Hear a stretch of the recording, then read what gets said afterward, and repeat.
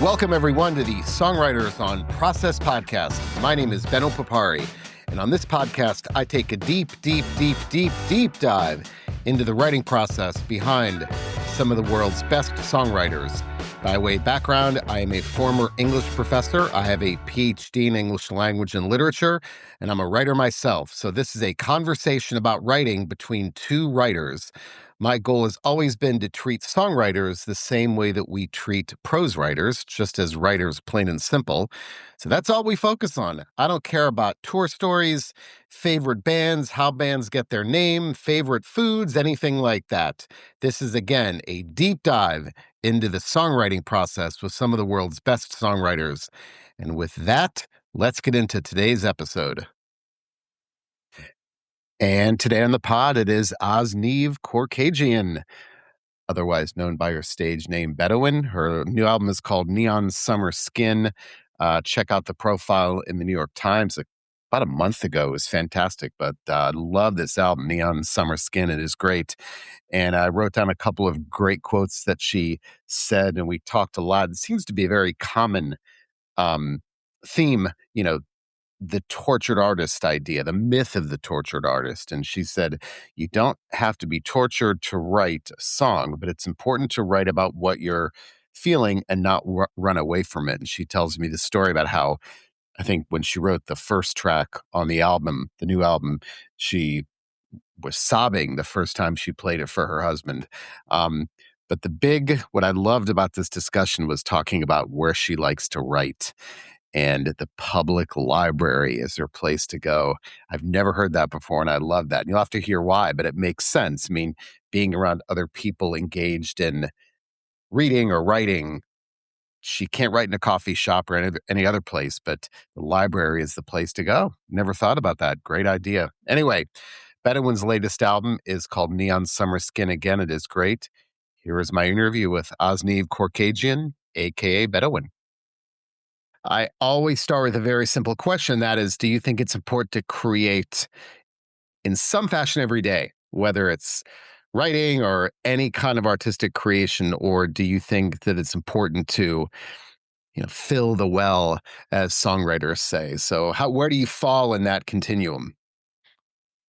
Yeah, I do not force myself to write every day. I've heard of this. The first instance I heard of it was, I think, Nick Cave, where he talked a little bit about clocking in and clocking out, like going to his office and writing. And that was fascinating to me because I just had never considered that that was how you could approach songwriting.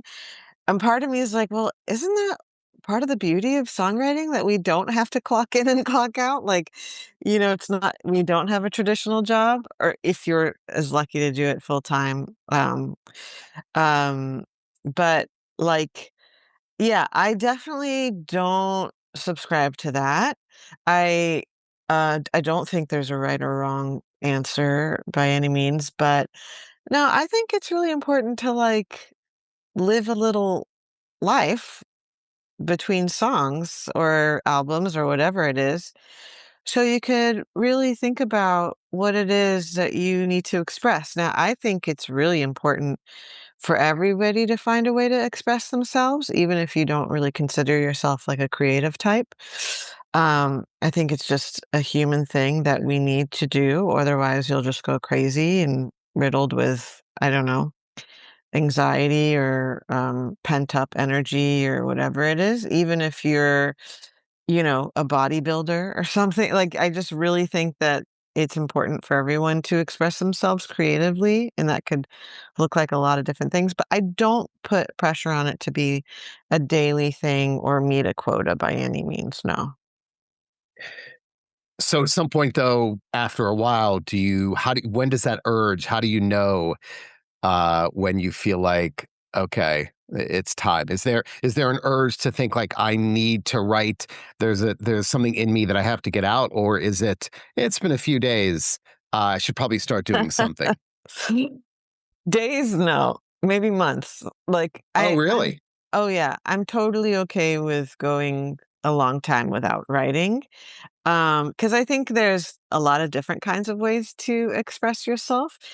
Um, I will say that, like, the one instance that comes to mind that I was like, "Okay, I really need to, like, stimulate the senses here and, like, and get to work," is the pandemic when things started getting canceled left and right. And I was all of a sudden, like, challenged with or faced with, like, a feeling of, like, a lack of identity and just kinda spiraling a little bit because I had released my, 2nd record in 2019. I feel like I had gained some momentum, and then all of a sudden everything started shutting down and all my tours started getting canceled.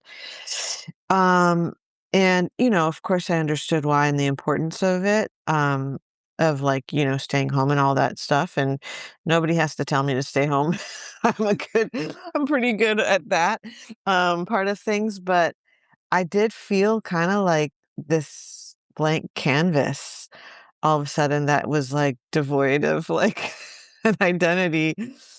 And so I did want to, like, make an effort to stimulate my senses or, like, prime the pump a little bit. And I was lucky in that, like, there were a lot of fundraisers going around then that people were asking for covers to, like, to put together compilations for benefits and charities and things like that. So I partook in that quite a bit.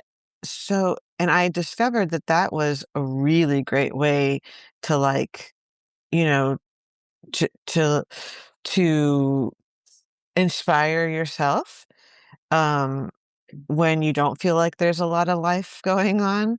Um, and just like the idea of getting into another person's brain and thinking about, like, their habits and discovering their little, like, melodic tricks and, kind of the things that they fall back on.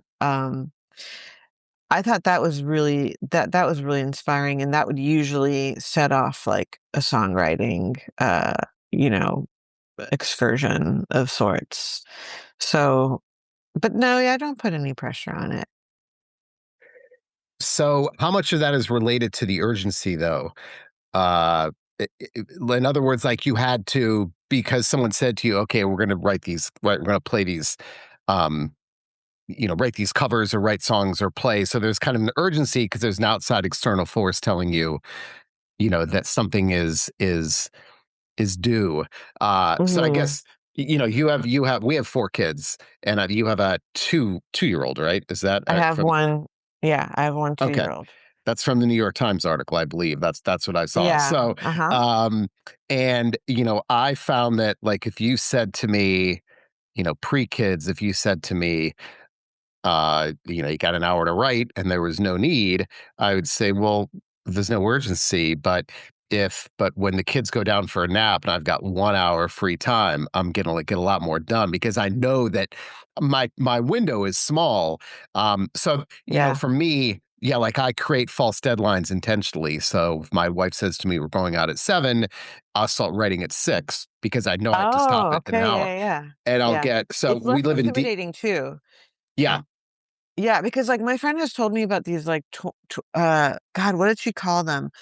They're, like, 20-minute rush writing or yeah. there's a word for it. Or Yeah, there's like free writing is something, but I know what you're talking about. But the problem with that is that after the 20 minutes, that's still artificial. But yeah. if someone says to you, "We have to leave in an hour," Mhm. you've got to finish. Which is why I think we get so much done on airplanes. Mm, Um, yeah, yeah, uh, totally, I mean, compartmentalize. there's a reason we live in DC and I go to New York all the time for work and I'll take that Mhm. train. I just did it yesterday. I got more done in that 2.5 hours than if I sat here for 2.5 hours. So I guess Totally. that's my long way of saying, like, maybe can you write well under deadline? Do you think that imposition made you more productive because you had to do something rather than, oh, it's a deadline, but not really a deadline? I haven't put myself in that position yet, and I would be really scared to do that Hmm. because I don't really want to force it. I'm a big fan of if you don't have anything to say, just don't for 'Kay, I don't and I think of this socially too, like, if you have nothing to say, you don't have to talk. You don't have to just, like, take up space, you know what I mean? Just to hear Yeah. yourself talk. And so I like the idea of like, I don't know if it's like, this sounds altruistic or something, but like making space for other people too. Like everybody has their seasons and you don't have to be a part of everyone, you know? And so what on whatever scale that is, whether that's like a national scale of like releasing your music or global or in a room, you know, with one other person, I really do think that like we don't have to speak up all the time. And like leaving, you know, creating some contrast in your life, you know. Um, and I think like songwriting, I don't know, I don't like to think of it as like it feels a little, I mean, this sounds pejorative, I don't mean it that way, but it's like a little bit like maybe influenced by hyper capitalism or something that like we need to be so productive all the time. But because I think of it as a reflection of a life, not necessarily that something you have to produce in high quantities. Um, but I know that there's like, you know, we live in the real world and we need to produce things in order to pay our rent and things like that. And those kinds of things come into play. So it's not always as simple as I'm putting it. But yeah, I like the idea of it being more of a reflection of your life rather than like the other way around. Um, and becoming like turning into some kind of like feedback loop because there's not enough new information there to share. Yeah. Do you journal or those spaces when you're not writing, songwriting? Do you journal or are there like thousands of voice memos on that phone or ideas on that phone where that you're collecting for later on?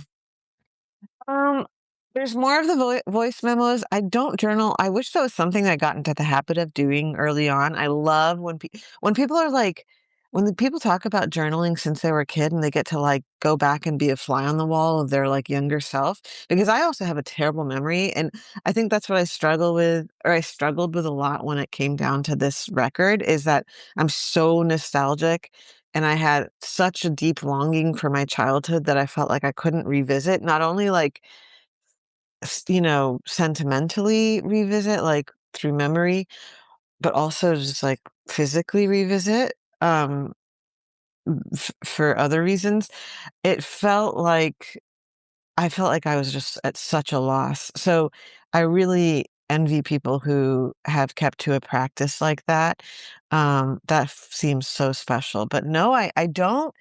And I think that I don't know, I like life looking like a lot of different things. I like the quiet moments. I like the moments where not a lot is happening, where, you know, the most exciting thing that day is maybe playing fetch with my dog or like, you know, as I don't know. I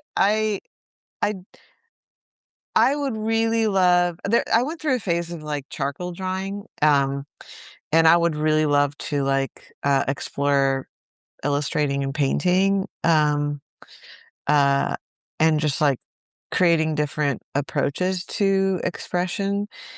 But I don't have like a solid, reliable rotation as of now.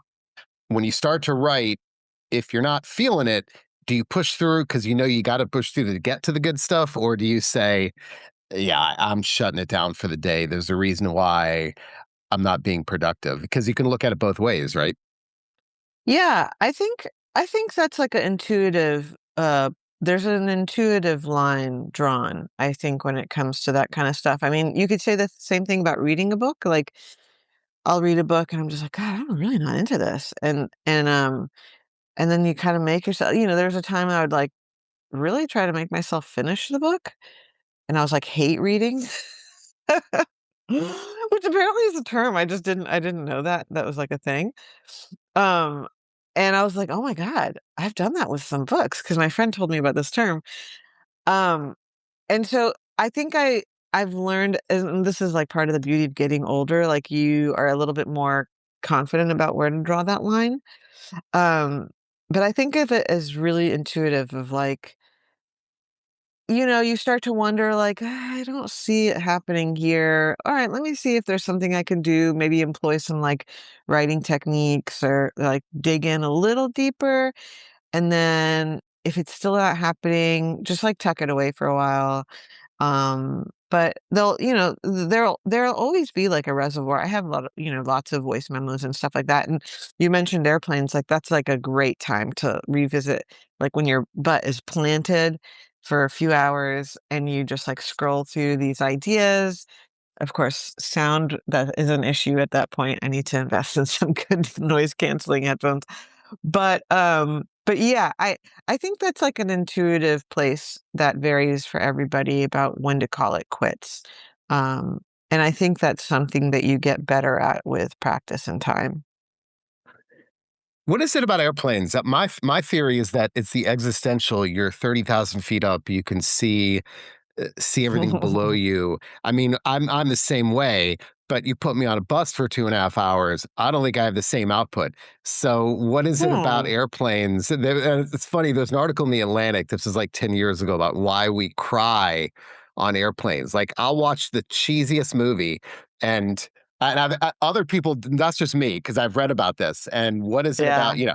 Some movie that I have no business crying over, and I'm like, oh my god, like this is embarrassing. So then there was various theories about why that is. I just think up in the sky, you become more thoughtful rather than like if you're in the back seat of a car. But Is there like a scientific reason for that? Was it like a lack of oxygen or something?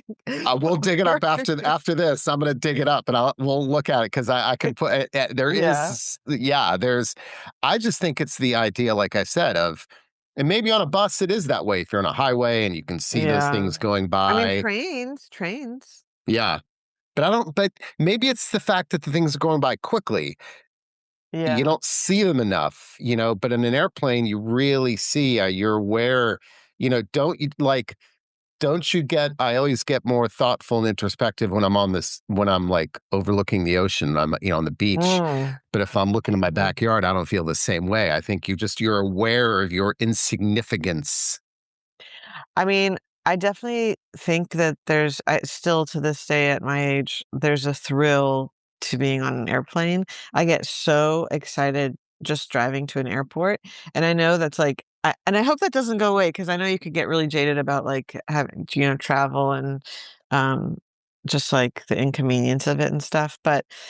Um, but no, I get a lot, uh, out of and I think maybe just the sheer distance that you're traveling and the time that you're traveling makes it thrilling that you can, cross the United States in a few hours or whatever it is, or be on the other side of the planet, like, in a day. Um, I think that we can take those things for granted, but, like, I still feel that excitement bubble up in me when I'm, like, get going to the airport and you're going to this hub where everyone's just going every which way, and I don't know, I'd like to think that it has something to do with that rather than, like, mortality. But, um but maybe it's a little bit of both. Who knows? What about environment? I know you've been to a lot of places, and I asked because I had a conversation with a songwriter about a month ago, a Canadian songwriter, and this person who was I forgot who it was, but and their theory was that it was an East Coast versus West Coast thing. So if Hmm. you are living in a place like the East Coast where there are seasons, like this person lives in Toronto, and where you live in a place where there are seasons, and when it's winter and it's cold and you can't go outside and it's naturally you start to hibernate, you're more productive. But if you're in Hmm. LA and it's nice outside and it's and it I don't know how much truth is there. Do you find that that environment will make you I mean less productive because it's so nice all the time? I think there's pros and cons to each one. Like I was saying, that like maybe it being nice all the time outside maybe encourages that living life aspect of things that you can reflect your songwriting on and like, get you out there and socializing or having new experiences that bring up new feelings and which I do think is important. But again, like when I went through the pandemic, and I really had to I was hyper conscious of of my time and my, blank canvas, so to speak. You kind of are at a point where it is really about a decision that you make about how you want to spend your day, how you want your time to look like. What do I want to feel like in a month? Do I want to feel accomplished, like I made the most of this time, or do I want to feel like I allowed myself to rest? Or I think both are important. I really believe in contrast and like the seasons when it comes to productivity and rest and input and output and stuff. I'm a big fan of that, and allowing you know your senses to get tickled before you have to, like, you know come up with a bunch of stuff. So do you need okay, so continuing with the distance idea, I had Lucinda Williams on a couple months ago, and she said that she could write about grief, but she had to be in a content space to write about grief. She couldn't be Hmm. in that emotional state to be able to write about it. So she can write about dark stuff, but she's got to be in a happy place to write about dark stuff. Oh, Uh, interesting. Wow. yeah. So let's get your take on that in general. Like, and that's a big, and how important is distance? So let's talk maybe two ways, right? We've got physical distance too. Can you Mhm. write about a place while you're in that place? Emotional distance and physical distance, or do you need proximity? I guess I would have to bring up, like, this. Okay, so this record specifically, I felt like I needed to write it because I was so consumed by what I was feeling that I really needed to face it, um, and to sit down with what I was feeling to try to understand it. So I personally needed that in order to get to a place that was content, and I think it helped a lot. It was really cathartic. Um, but it's fascinating to me that Lucinda Williams would say that she would need to, like, get to the place first before reflecting on it, and that makes a lot of sense to me too. It just really goes to show that there's really no right or wrong way to do it, that we're just we are so different, and that's the beauty of it, that we get to decide. And I think it's cool to hear about other people's experiences because it's um like, that in itself, just hearing that is inspiring to me, like, well, what am I content about now that used to be an issue for me, and can I look back on it and write about it now? I don't know. I don't know if I'd be as good at that, because to me, songwriting is so healing, and not that, like, I ever wanna I don't wanna be one of those people that, like, you have to be tortured to write a song, but I do think it's very therapeutic that, like, and also that, um, it's really important, I think, to sit down with what you're feeling rather than run away from it. Um, People will call that meditation or whatever reflection.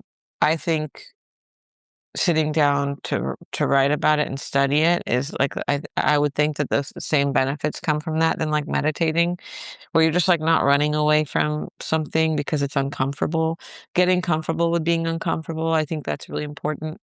Um, and so, yeah, I personally, with this record, I was at a great distance from what I was writing about, like my childhood, because I felt it slipping away for good, and I just wanted to com c c encapsulate what the residue of it, at least, like, just, like, capture what I could of it before it was all gone, and, um, but emotionally, I was in the thick of it.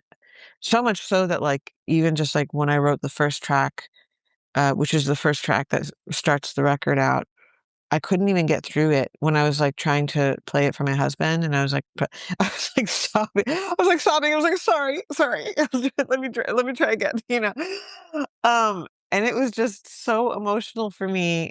I just had, like, a really rude awakening about, the reality of getting older and my parents getting older and closing a huge chapter of their life and what that meant, for us as a family and me for as a kid. And um, so yeah, I was emotionally very in it, but reflectively, it was very distant. All right, so walk me through the ritual then.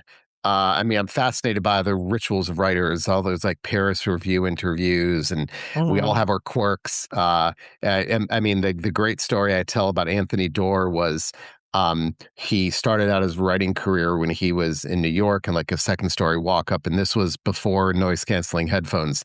So he would wear construction grade ear protection to block out the sounds. Then about 15 years ago, he moved with his family to Boise. They live in the woods. It's super quiet, but he still has to wear the ear protection because it's such a part of his process. He doesn't realize he's wearing it until he goes to the bathroom, sees himself in the mirror. Oh my Um, god. for me, like I never write and revise in the same place. So if I write in this chair, I'll revise in that chair behind me. Um, Oh, huh. I think there are certain things that I never forget. I talked to a writer. No, this person's an attorney, and and this is in DC, and where it's swelteringly, oppressively humid in the summer, but they have to write with the winter coat on 12 months out of the year because of the feeling of security, safety that it gives them. Um, Hmm. right? And I'm Okay, fascinated wow. by yeah, I'm fascinated by those things because there's nothing about it. It's not super, there's nothing about that coat that gives you magical qualities, but hey, Mhm. who cares? Yeah. Um, so yeah, I'd love to. Is there a ritual, any ritualistic elements to the process? Maybe not quirks, but I'd love to know when you think you're most productive. Can you sit for long stretches? Favorite room, chair, you name it. I think it's really important to have like a sacred place and that like a place that feels private, a place personally I like that feels clean, just like clutter free and just like comfortable, a place that you could see yourself spending hours, um and that you won't get interrupted because I think there's something to like that feeling like the other shoe's about to drop and you're just like, ah, somebody's going to interrupt this and I can't quite really sink in. And so I think there's a beauty in just knowing that you'll have some privacy and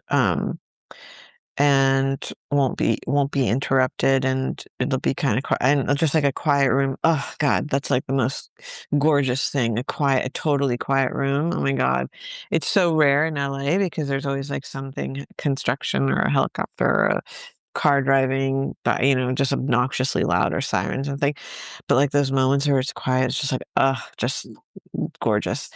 um but I think that could look like a lot of different things, and a lot of different scales. I don't think like that pandemic time was a big example of just like creating space. Like that was one of the few times that I had a lot of intention behind the writing process, or like even that maybe it was like more of an editing process because that what I worked on during that time was my album Waysides, which was kind of a more bona fide B-sides record, um, but it was still kind of like writing in the sense of like recording and editing. And so creating just like a corner where I had like the essentials, I had a keyboard, I had an organ, I had a couple guitars, I had like the like my little Pro Tools setup. Um and there's just like kind of knowing that there's like a signal flow, like literally and metaphorically speaking, like there's just like everything's plugged in ish or like available ish that you can just like let yourself just lean in. Um, and I think creating that for yourself, you know, what was somebody said, like the corners of your room are like the corners of your mind or something like just just setting yourself up for success, not letting it to be too like random. I'm not one of those people that can just like write wherever I am. Like I know that for artists that tour a lot, they will make the most of their time, like, from hotel room to hotel room, which I think maybe is something that you just and that's another thing, I think that we're all very adaptable, so I actually do think that, like, if you had the urge to write and you were on tour, I think you would figure it out. But if you have the luxury of time and space, I think creating that, carving that out for yourself would be encouraging for me personally. Can you write in if there's silence, or what about if I put you maybe in Central Park where there's brown not brown noise, there's distraction, but it's not it's the bustle. Because think a lot of Hmm. people there's two ways to look at that too. A lot of people get inspired by that kind of stuff. Other people, they can't focus when all this stuff around them. But it sounds like in LA where it's never really quiet, right? Yeah. Well, I don't know. I haven't done a whole lot of that. I did go through a phase where I would go to the public library and I'd bring like my lyric book. So like if I had worked on something at home or like in my own space, and then I would remove myself from that space, maybe kind of like what you're saying, and go to the public library and just really like under a microscope look at each line and really think about like what am I trying to say here, and it being a little bit more like feel like a little bit, I don't know what's the word, academic or something, where you're like studying your own work and be like, okay, well, what am I trying to say here in this verse? And you know that book, Writing Better Lyrics by Pat N- Patterson. No. Oh my god, that book is amazing. Gillian Welch actually did like the forward or something.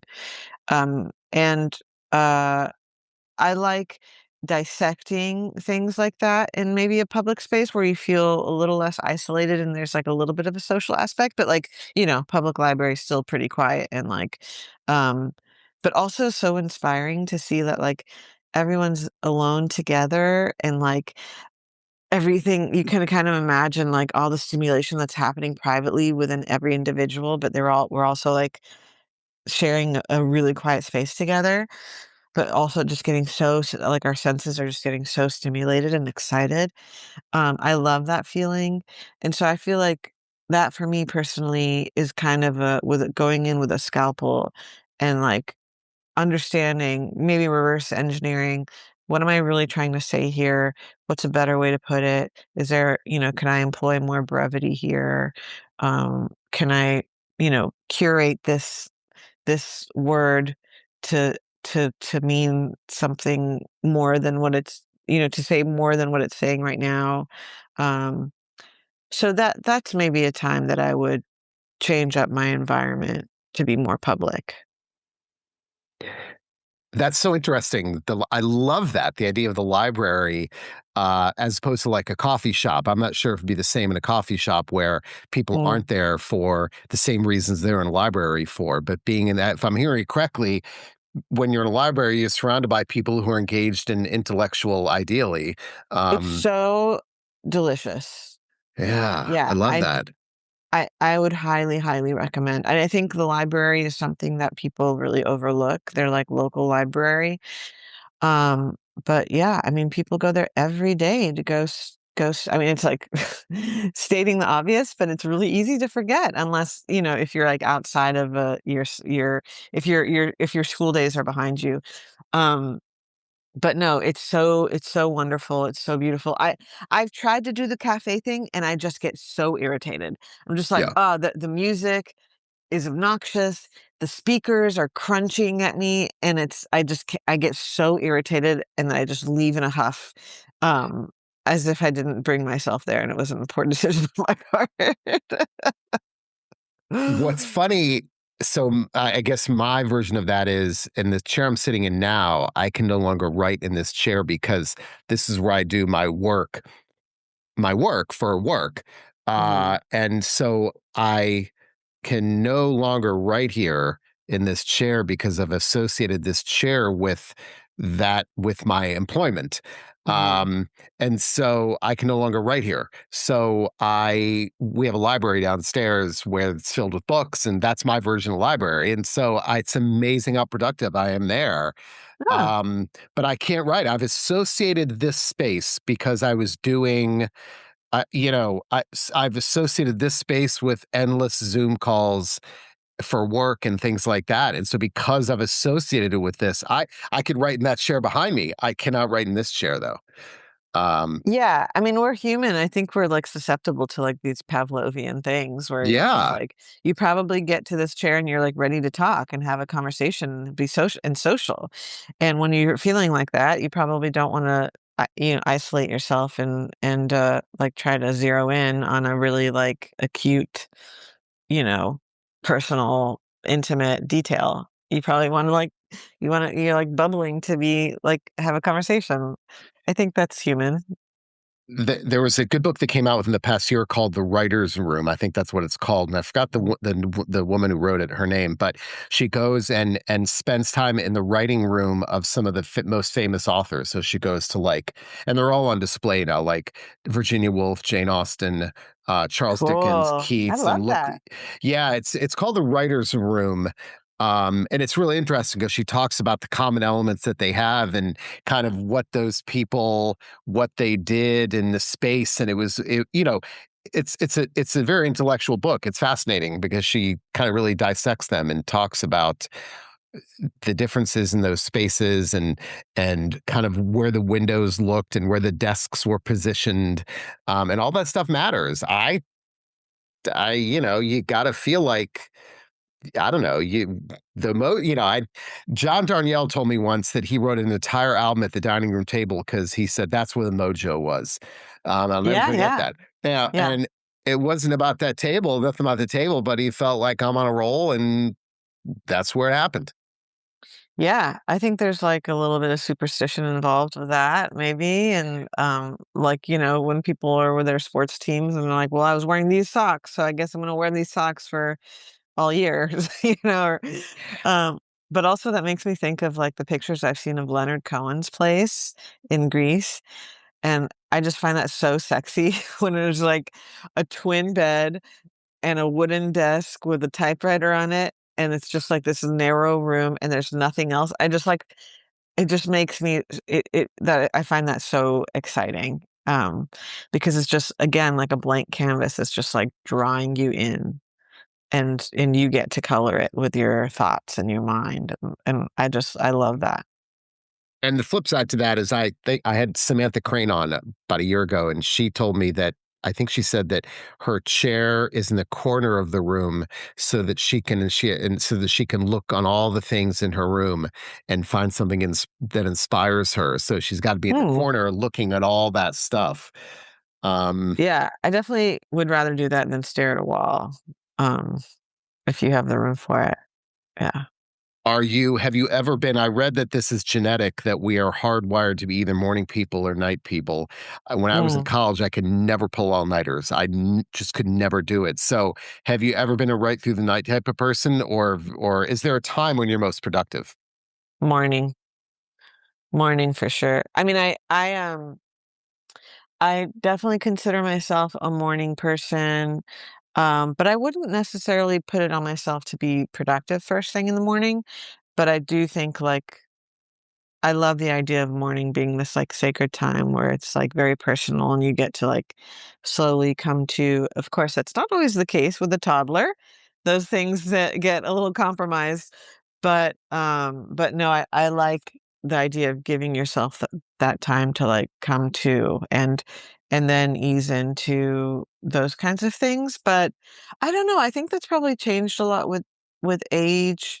I'm not really sure what that would look like now, to be honest, because this record was done before I was pregnant even, and I've been sitting on it for quite a while. So and I have written bits and pieces that I'm working on towards the next record. Um, I'm not sure what it will look like when it comes down to, like, being determined to, like, finish those songs and really work towards the next record. I have an idea of what that might looks like just, like, practically, um, just by default, when I do have time alone, it's just gonna have to work, and I think, that's when adaptability comes in, and I think, like, you just have to make it work when you feel like it's time to write. that going back to the idea, once you have kids, it really your time is not obviously not your own anymore, but finding that space where you'd like nothing more than to veg out and just take a breath, but you Oh my realize god. I got an hour. Um, but it Ooh. goes back to what I said Yeah. about you can be productive if you're forced, if you know that your window is closing. If you have to, like, I would never ever work at night, like, after I put my kid down. Before this record cycle started, I would never consider, starting some work after, I don't know, 7, 8 p.m. But now, like, this record cycle, the way that it's just happened, I've never been busier in my life, and I can't say this is this is a little bit extreme, so I can't say that I think it's very healthy.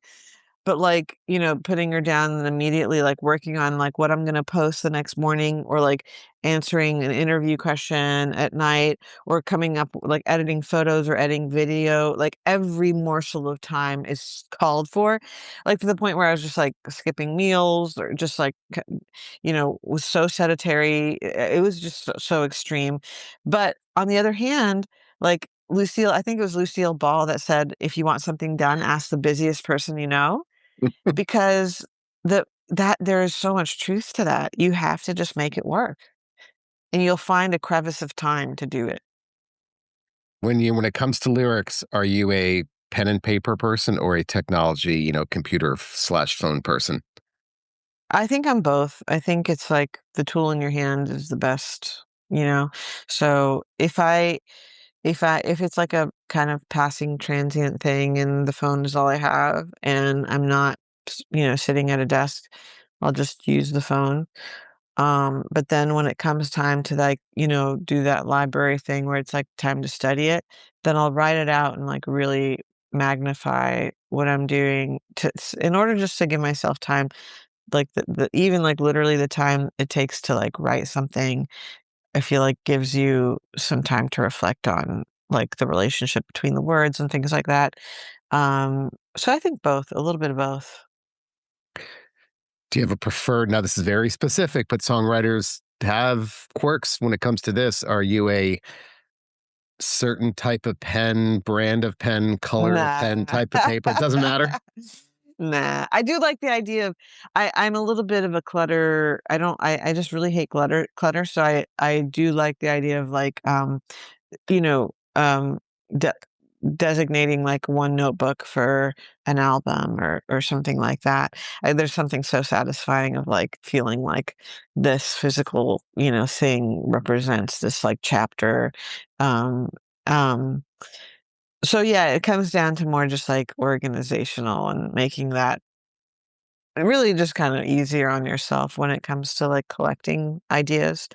Um, yeah, but no, not p I w that sounds very sophisticated. I maybe I should go to a stationery store and, treat myself to a really nice pen or something. All right, let's end with this. I do want to follow up on the hate reading because I was going to ask you about that anyway, believe it or not. But Yeah, I'd love to know who you like to read. Are you a genre person, author person? Besides the kids' books now, who are some yeah, of your yeah. favorite writers? Steinbeck is probably my favorite. East of Eden. I know that feels like such an unoriginal answer, but, it's just so good. Oh god. What are you gonna say? No, no, no. I hear Steinbeck not as often as you think. Really? I would say the most common, unsurprisingly, are writers who favor economy of language. So very broadly, Vonnegut comes up a lot, Mhm. Cormac McCarthy, um, and Raymond Carver. Uh, Mm. Okay. Bukowski used to, not as much anymore, but I feel Mm. like those three. I might hear Steinbeck, but it's mostly, I think, the writers who favor economy of language. Yeah. Those are the ones that tend to come up a lot.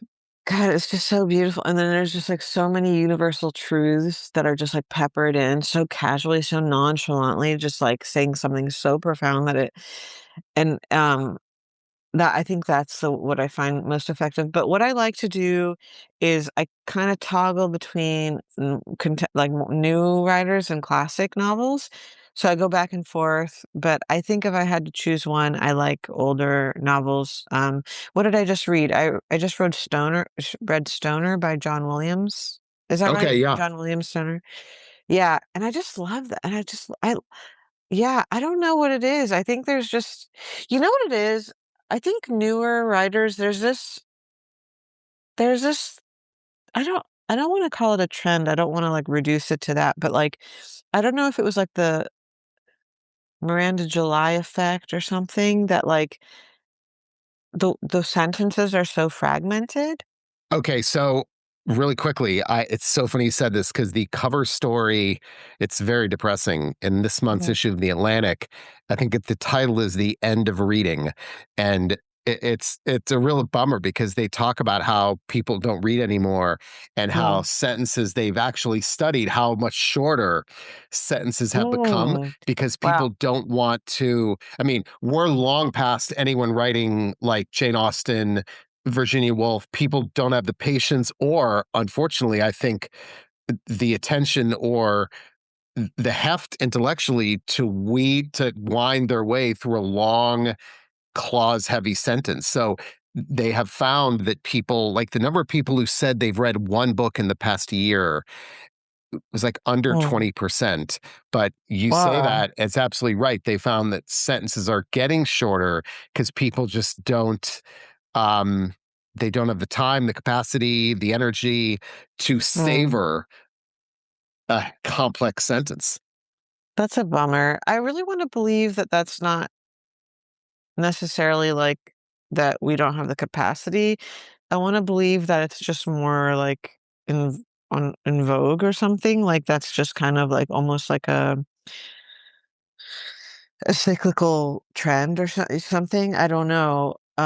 Because I do see things coming back around a lot, but but yeah, I don't know. I mean, like when I think of Steinbeck, I don't necessarily think that the like sentences are super long.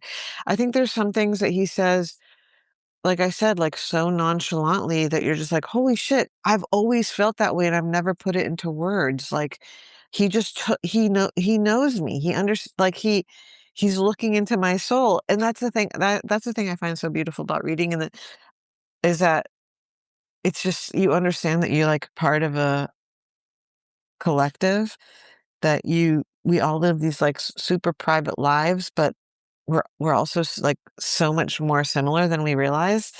Um And we have all these, like, private moments that we don't discuss, like, how we when we brush our teeth, how we brush our teeth, what we eat, like, these things that we don't really discuss. I'm so curious about these, like, mundane moments in people's lives that don't really get discussed very much, and so I think that's what's satisfying to me about reading is, like, getting a glimpse at people's private lives, like, especially, that book Stoner, and so I don't know. I that's a that's kind of a bummer. I think, if people read more classic novels, I think they would find them really satisfying.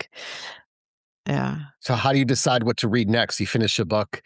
How do you decide what's the next book on the you're I'm, gonna like, read? always riddled with confusion and, like, anxiety about what to read next, and actually, I've gotten to this habit of, like, reading so I have, like, all of David Sedaris's books, and I've gotten to the habit of reading like, revisiting a David Sedaris book between books just to give myself a buffer to, like, pick out my next book, but I'll just go to our local bookstore, to Skylight, and I'll ask them. That's how I came across Stoner.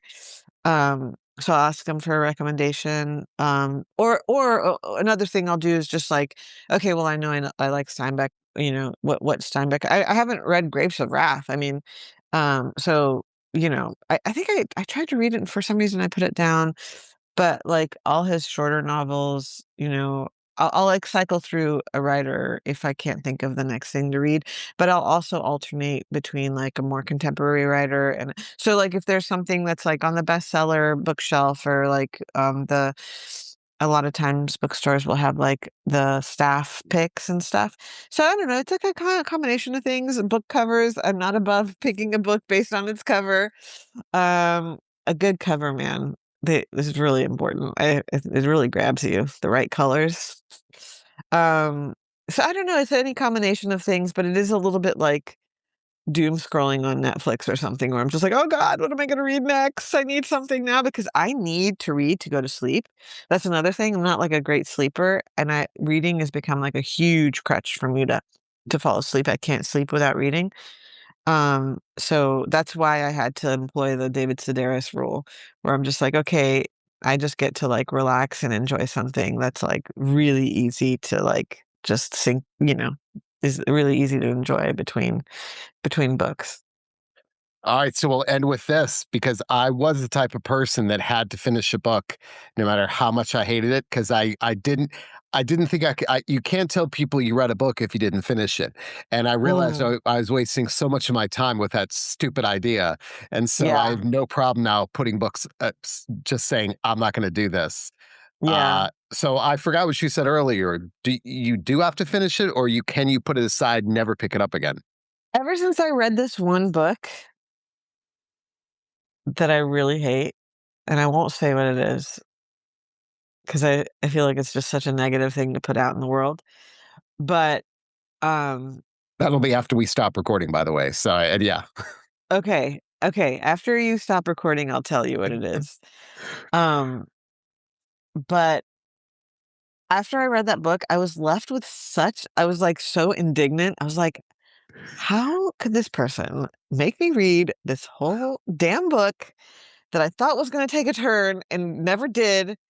Um I think ever since that, I learned to trust myself a little bit more and being like, "Okay, this doesn't always end well, so if I feel this way to just, like like, trust my instincts and put it down." But also, I'm just very frugal, so I'm just like, "If I bought this thing, I'm gonna read it, damn it."